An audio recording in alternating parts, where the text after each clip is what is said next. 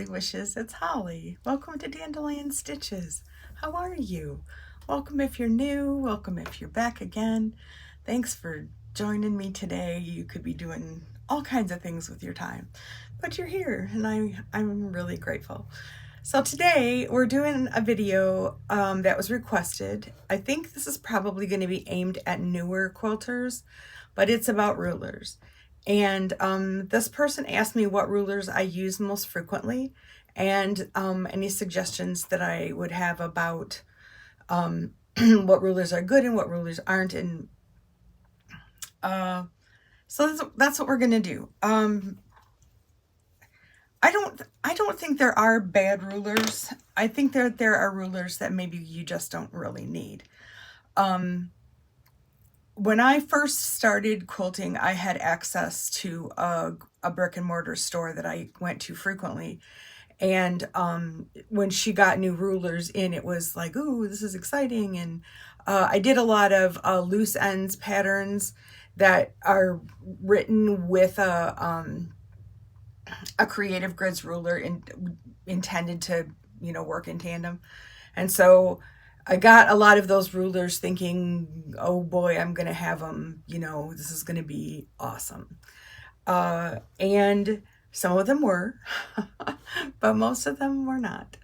And I'm going to take a second here to show you. I have the majority of my rulers hanging on a pegboard, and you will see that a lot of them are still in the plastic. Okay, so this is where I store the majority of my big rulers that I don't use very frequently. As you can see, most of them still have their labels on them. Towards the bottom, on the left-hand side, you can see that there is my larger Stripology ruler. And then to the right of it is the, I think it's 9 by 24 inch ruler that I do for with the fabric cuts. So as you can see, they are, most of them in their packaging still, haven't gotten them out.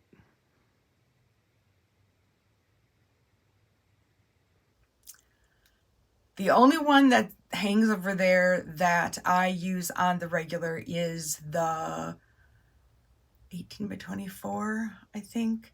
And I use it for width of fabric cutting.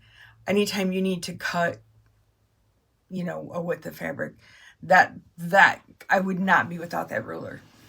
But the rest of them are kind of like, whatever. So I'm gonna switch us to the other camera, and I'm gonna show you what rulers I keep like at hand and that I use most frequently. You're gonna see that the majority of them are creative grids. I don't have a like any major loyalty to them. I don't, as long as it's got some grip on the back and it's accurate, I don't care who made it. It just happens to be that, like I said, I got a lot of them from this specific store and they sold creative grids. So that's what I got. So I'm going to switch to a different camera and we're going to have a look. Okay, so this is the piece that I keep here on my work table. These are the rulers that I use most frequently. And so I keep them in this little rubber doohickey. This came in a box or an advent, I'm not sure. But I know it's an Omnigrid, not a creative grid. And all of these, except for one, are creative grid. Don't have any it could be any kind of ruler, but I happen to have creative grids. One thing I love about creative grid rulers is this little doohickey, this little QWERTY code. You can read it and it will tell you, it'll pop up and tell you what the ruler was intended for and all the things that you can do with it. And that's awesome. So let's start with the front and work our way to the back. Most used ruler, without question, use this ruler all the time. This is the 18 by 3 creative grids. keeping in mind that it's more like it's 18 1/4 by 3 1/4 because they add a quarter onto the sides of the rulers. But it's long enough to get a pretty long run, and yeah, use this one all the time. One that isn't on that that holder I keep in a drawer is my foundation paper piecing ruler. It's an add a quarter ruler.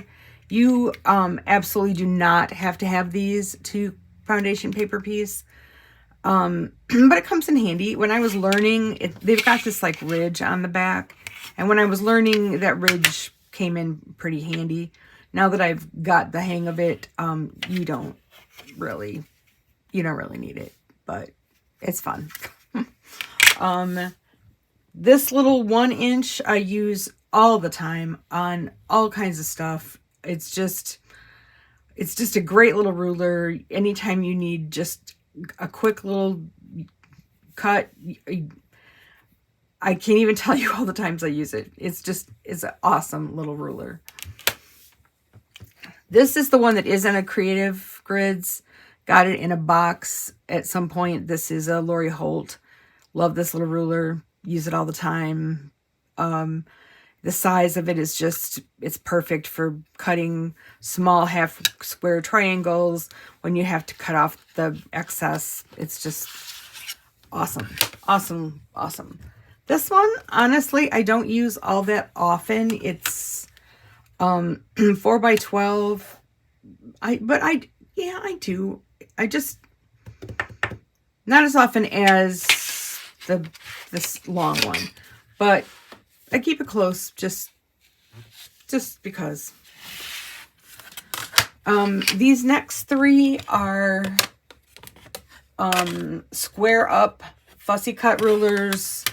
I probably use the smallest one most often. It's got a great little line down the center for squaring up squares, half square triangle squares. It's a good little ruler. I like it. So then that one is the 4, and then there is the 6, and then there is an 8. So I probably use the smallest one most frequently, but I do use all of them. They're handy. And then finally is the Stripology ruler. This is genius, this ruler. I'm telling you what. Whoever thought up this ruler was working on full caffeine that day, because this is a great ruler. It's got, if you've never seen one before, why don't I just hang on, I'll be right back. Okay, so when the ruler is turned this way, where it's regular numbers, not quarters, it's got slits for every half inch. So you can line up your fabric and any, along the black line, you can line it up against lines on your mat to kind of help keep you really honest. And you just you can just go every half inch if you want. Whoops. New blade time. You can go along at every inch and not have to move the ruler. So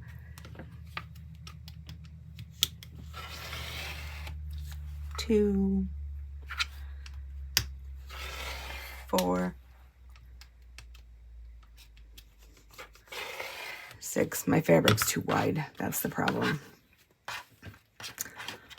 And then if you turn it the other way,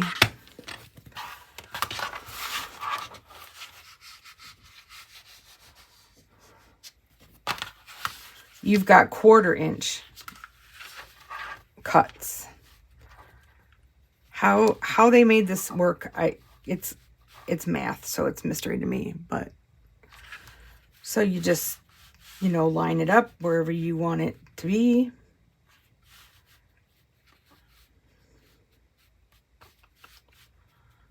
Trying to decide how to, it says, you know what, it doesn't matter. I'm just showing you the, so you can do like,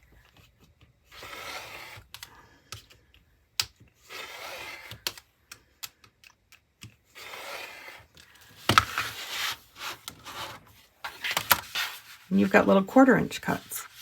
So, and the big one goes really far.